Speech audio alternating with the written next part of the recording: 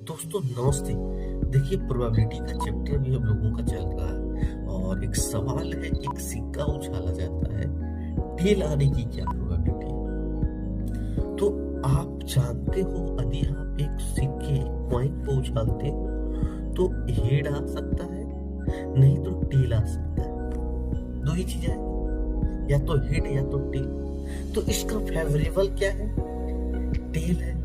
तो टेल कितना फेवरेबल है? एक है, क्योंकि एक बार टेल आ सकता है, एक बार हेड आ सकता है। और टोटल नंबर क्या है? टोटल नंबर दो है ना? ठीक है। और फेवरेबल क्या है? वन है, क्योंकि टेल एक बार है। तो इसका आंसर होगा वन बाय।